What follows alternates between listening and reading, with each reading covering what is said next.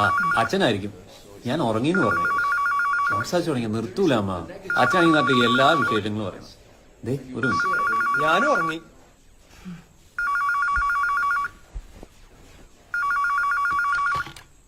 Hello, നീ ഇത് എവിടെയായിരുന്നു? അടുക്കളയില് പാത്രം കഴുകുകയായിരുന്നു. ആ അവരൊക്കെ എവിടെ? ഉറങ്ങി. ഭക്ഷണം കഴിച്ചിട്ടാണോ കിടന്നത്? ആ കഴിച്ചു. എന്താ ഉണ്ടാക്കിയേ?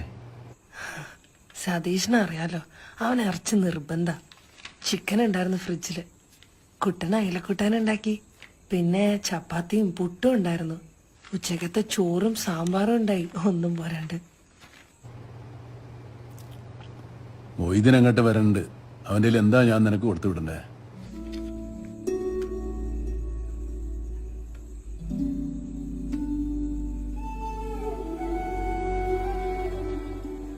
നിങ്ങൾ ഒരു ദിവസം ഇട്ടൊരു ഷർട്ട് അലക്കാട്ട് കൊടുത്തു വിടോ? എന്താ നളിനി ഇത്? ഒന്നുമില്ല. എന്തെങ്കിലും കഴിച്ചോ നിങ്ങള്? ഞാൻ കഴിച്ചോണ്ടിരിക്കുക. വെക്കട്ടെ?